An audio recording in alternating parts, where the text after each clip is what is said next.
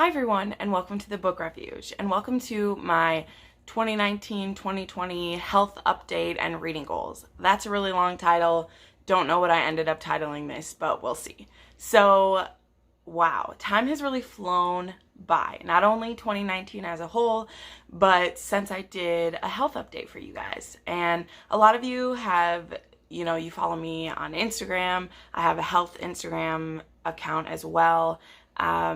And you've all been super encouraging, but also a lot of you are new to my channel because, I've doubled in about the last 6 months since I made that health update video. So we're going to split this into kind of 3 parts, and I'll have timestamps below for everything. So first off, we're going to have a health update about how things have went with my weight loss journey and things like that. Then I will have a 2019, like what my goals were and how I did for this channel. And then finally we'll have what my 2020 goals are for this channel. So let's get started real quick with my health update. So I posted a video back in July, which I will have linked up above, that I was going to be doing a health program because a few things have kind of gotten out of control for me with my weight and with my health. And my blood pressure was really high,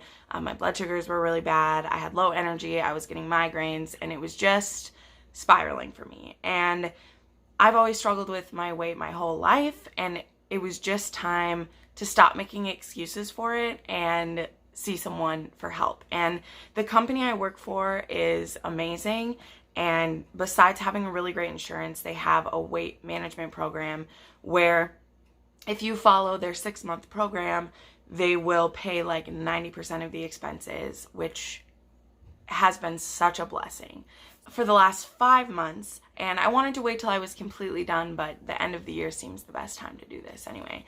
5 months ago, I was set up with a dietitian, a doctor, a mental health professional, and a trainer. So I had these 4 people helping me. And the first 3 months, you saw someone once to twice a week, as well as having 3 training sessions a week at the gym. It's been amazing. Like, that's the only way to state it. I was put on a couple medications to help me. I was diagnosed with PCOS, which explained a lot of like the insulin resistance that I had. And I'm not a medical professional, so, please don't take my word on this, but the way it's kind of explained to me is that PCOS really makes you kind of like crave certain foods or food, and then because I also have type 2 diabetes, then your body can't process it right, as well as you're craving it, and so it's just this cycle where you're craving food and your body can't process it, and so you just can balloon up. At least that's how it was explained to me. Again, that's how the doctor kind of like dumbed it down for me so that I can understand. And so I was put on some medications to help me with that, and which has been amazing. It's taken away so many of my cravings and really made things easier. Along with that came some mental health struggles. Nothing quite like I was expecting. I was expecting it to be pretty bad just because food was my coping mechanism, and I didn't know how I would do when I couldn't turn to that for everything. However, because this program I did gave me all of those resources, I was able to talk through things before they ever happened, because this professional, knew what I would be facing and warned me about things ahead of time, warned me about, hey, there may come a day when this happens or this happens. And I was like, well, that sounds like a great day. Like when I don't fit into certain clothes anymore, or when someone compliments you on losing weight, but you can sometimes be defensive about it. Like, I was sure I would just be so happy if anyone would comment on me losing weight, but it can sting sometimes because suddenly people are really commenting on how you look because they're paying attention to you. And so if you are having a bad day or feeling bloated that day, you're afraid people are going to notice because people are watching you. And so just trying to like help me prepare for different, little mental hiccups that I might run into, as well as how to handle stress. Work has been very stressful the last couple months. If you follow my vlogs, you know that. And normally I would have been eating myself into a coma, and I've had to change those triggers. And I'm an extrovert, so some of it means spending more time with people, so I'm not home alone stewing. It meant getting out of my apartment more. It meant going to the gym as stress relief. Yes, that's actually a thing. I've heard people say that my whole life, and I just roll my eyes and I'm like, working out is exhausting. But when you're doing it right, when you're doing it for when you realize that it's for your health and for your good, and I have the ability to, like, I know there are some people who have my same struggles that their body won't let them do those things, and so you're in a completely different place. And I am blessed enough that I didn't get to the point of like immobility, or the point of, you know, no return, I guess is what I would say. Like, this was my wake-up call, and it's been amazing. So enough of that. It's been amazing. I've lost 40 pounds so far, and I'm down almost 70 pounds from the highest weight I ever was, which like about 2 years ago, I'd lost about like 30 pounds and kind of stayed around there, but I've lost an additional 40 pounds since then. So yeah, and I mean, a lot of you have commented on it. You've been so sweet. One of my followers, Manda, I love you, Manda. Every single vlog, she has commented and encouraged me and been praying for me, and I love you. I read every comment that's written, and Manda, whenever you comment, you just make me smile, and I appreciate it so much because all of you have been supportive. You know, not everyone knows, again, like maybe you haven't been watching me this whole time, but it has been crazy. So I'll put in a couple pictures so you can see some things there. Before and after pictures are weird because this isn't like an after yet. Like, I'm in the process. I'm only about halfway to where my doctor wants me to be and where I want to be. And also remembering that it is a weight loss journey that's going to morph into a health journey, which is why I like to call it health journey instead of weight loss, because I'm not going to get to a weight and then stop. Like, there's no magic number that makes you perfectly healthy. And that's the case for people who fit within a BMI that they're supposed to be at or whatever. Like, you can be in the perfect BMI and still be very unhealthy and have all these problems. So for me, this 6-month process is transforming the rest of my life and how I cook food and relate to food and how I'm able to eat food in a social situation. I'm from the Midwest. Food is practically a love language here, and it's hard to say no when someone's offering you something, but you're like, I know you made me that cheesecake out of love, but you're gonna cause me a lot of mental stress and physical stress if I eat it. So being able to say I love you without you giving me something is hard for some people to hear, even if they think it's not. Like, even if that person's like, oh yeah, you're trying to be healthy, you're losing weight, I understand. It still hurts them when you deny them. And so that's something that's hard for me because I'm a people pleaser. I love people and I want them to feel my love in however best that is for them. So anyway, this is just a beginning of it, but things have been very successful so far. Yeah, in 5 months, I've lost 40 pounds.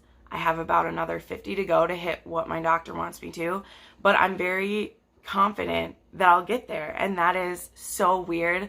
I've never been sure that I would get to a point before. It's always just been, well, maybe it's possible. It's never been like, no, if I continue in the way I'm going to a trainer 3 to 4 days a week, I'm going to get to that point. And when I get there, I'm going to have the tools to continue to do it on my own and make good choices the rest of my life. And I believe I said in that video, I'd have to go back and look, that I want to make these choices for future Jen. And well, it's future from the 5 months, and I'm already proud of that Jen, that she did this so I could be here. And I want the even future Jen to be proud of this right here too. So, all right, enough of that. Let's get into what my 2019 goals were and see how I did with them. So I had 6 goals in 2019. So we'll go through whether I passed or failed them. So the first one was to do a buying system, which was I had to read 3 books before I could buy a book. And then if I bought too many, I had to get rid of one. And that's just a big X. That's just a big fail. We won't look at that too hard and we'll move along. yeah, I pretty much just don't put buying bans on myself at all anymore, because if I see it and I want it, I get it. That's also part of just my mental health, is I'm not allowed to like buy myself food out of an emotion, but I can buy myself a book out of an emotion, because one of those hurts my body and one of those hurts my bank account, and I'd rather hurt my bank account. But anyway, totally failed that. Next, I wanted to annotate more. So this I consider halfway, because before then I had only annotated 2 books. And this last year I annotated probably about 10 of them. I still just don't like to annotate everything, because like historical romances, I read those really quickly. Kindle romances, I'm not going to write down what I read in those. Some books I decide I don't even want to write in until I'm halfway through. So a lot of the things I annotated were either books I was buddy reading with someone and I wanted comments written down, rereads that I did that I wanted comments in, like the Outlander books. I'm annotating a whole set of those this year and next year. And then like new releases. So I did that with my brain kind of just fried out of what other books I annotated, but it was mostly things that I buddy read, I annotated, and then my favorites. If I was rereading something, I annotated it. I did that with Pride and Prejudice. I'm doing it with Outlander. So I would say that that's like a halvesy, but I also feel good about the ones I did annotate, even though I didn't do a ton of them. Next, read 120 books. Check. I'm at 136 right now. And I'll probably finish about 10 to 12 more, so I'll probably be about 150. And 150 was my stretch goal. And I think I've said this before, I don't track every single book I read.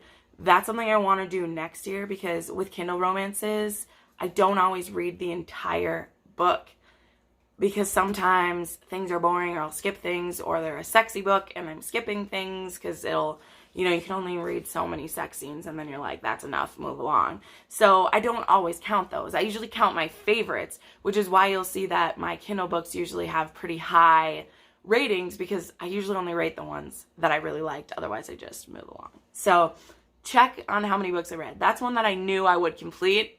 You give yourself an easy pass, right?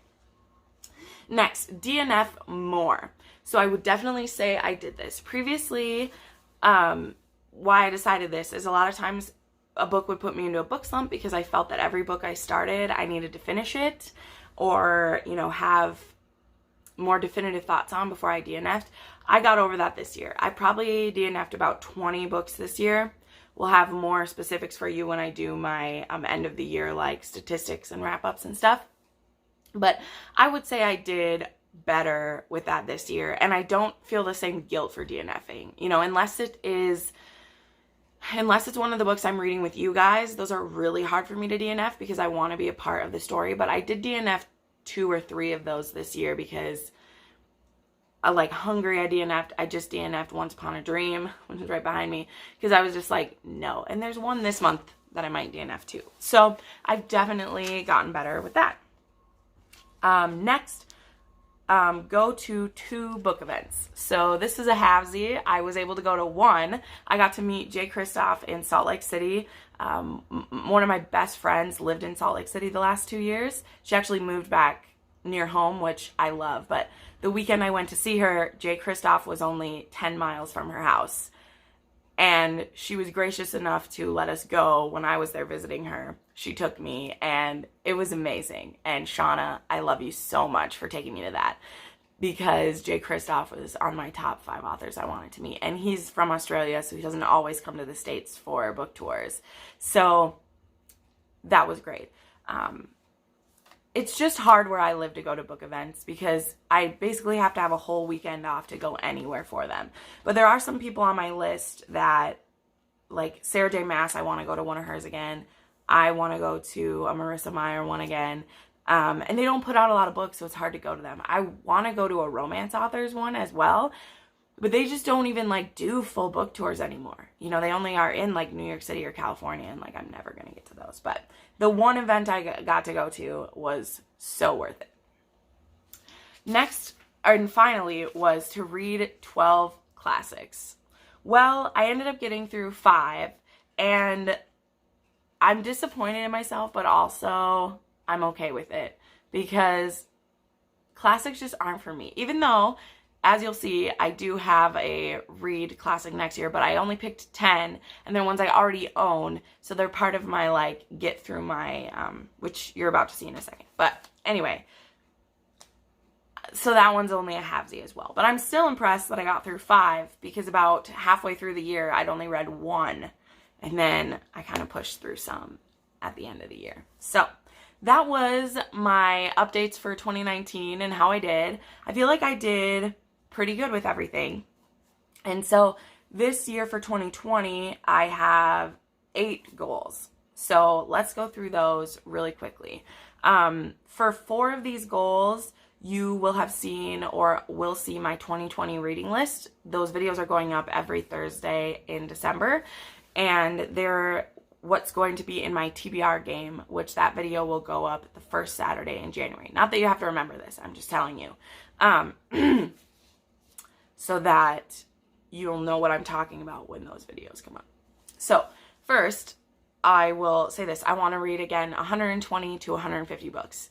That shouldn't be hard. I don't want to go with a crazy number because, like I said, I'm going to try to write down every book I read this year, but I don't always want to track everything. Oh, and by the way, if you would like to see the list of all these books I read, on my Twitter, which is at the Book Refuge or at Book Refuge, I have my pinned tweet has all of my books and what their ratings are. So if you want to check that out, you can. I'm going to be doing that again in January too. Every book I read, I tell you the star rating and then a little bit about it, you know, just like a sentence or two. Next, read 10 classics, which see the video for that on what those 10 classics are. Next, wrap up some series. So I also have a video for this. This is series that I'm already actively in the middle of, and they're already a finished series, or they have quite a few books out, and I want to catch up or finish these series in 2020. They will be part of the TBR game. There's a video in regards to it, so that's one of the goals. Next, I want to reread 10 of my favorites. There's a video for this as well. There's more than 10 on this list, but it is 1 standalone and 5 different series that I want to reread. They're all finished series. They're all series that I really, really loved either way in the past or in the last few years, and I want to reread them. So you can check out that video as well. And I'm really excited about this. I didn't get to do too many rereads this year, and I want to do that with some more of them, whether that's doing like 1 reread a month or having like a readathon weekend, which is what I want to do for a couple of these series. I'm padding this because I'm going to do that video next. And like reread a series from my past. Hint, there will be a Twilight reread coming next year, and I'm excited. Plenty of people have done that, but I was more Twilight passionate than most, as you can ask any of my friends who knew me in high school, and I just think it's gonna be fun. Next, I want to host a live show on my channel. I'm really nervous about this one because I'm afraid no one's going to come, but then I decided, you know what, even if 2 people show up, then that's 2 people that I can talk with. It doesn't have to be an hour-long thing or anything, but I think I want to host this around my birthday in March, which will be difficult because I'm going to be traveling in March, but either before or after. And I just think that'll be a really fun thing to do for me, so we're going to go for it. Next, I want to do 2 readathons. So this was on my list. This is really on my list this year. I'm bad at readathons, and I don't usually like them because I end up reading, you know, whatever. But there are a couple that I've liked in the past, like Tome Topple and Harry Potter ones, and Rereadathon that Murphy hosts sometimes. So I really want to do those, and I want to make them a priority. So I want to do at least 2 readathons in 2020. And maybe even create my own. That could be fun. And then I want to get through some of my backlog, which that's what a lot of these individual goals mean. That's what the 2020 reading list is about. Those are about all our books that I already own, and they're either books that I'm going to reread, they're either books that I haven't read, they're series that are started but not finished. And so I really want to close in on my, backlog, because I don't call it my ongoing TBR because there's about 400 books on there. I have only read about half of the books that I own, and I just want to get through some of them. So that is a big challenge for me. And then one like numbers oriented, just two things. First, I'm looking towards the goal of getting monetized this year. It's just, you know, we are on YouTube, and I do this for joy. I completely do this for joy, but it's a goal. Like it feels like a fun thing to hit, and I'm hoping to hit that by my 2-year mark. I've crossed the 1,000 subscriber line, which was amazing. Thank you so much. And then I just need more viewing hours. So, you know, make sure you're watching videos through. Just kidding. I'm not one of those people. Just watch what you want to watch. And then I'd like to make it to 3,000 subscribers this year, because I feel like once you cross like the 1,000, like you're a little more like quote unquote legit to people. I don't feel that way. There are plenty tiny booktubers that I think their content is just as great as anything else. But those are just my two like number oriented goals. Everything else is about books for me. That's why I'm here. I'm not going to make a living on YouTube. I have a wonderful job, but it just feels good to hit those things, right? It's kind of like getting a little bonus for doing something you love, right? Okay, so that is it. That is my health update, my 2019 update, and what I want to do for 2020. Thank you so much for watching this. If you like this video, please like and subscribe. I have a lot of end of the year content coming in January, where I'm going to wrap up, you know, everything I read, worst list, favorite list, most anticipated list of the next year, authors I want to read more of. I will have those lists up soon. So I put up new videos every Monday, Thursday, and Saturday, and you can watch some more of them right now. Bye.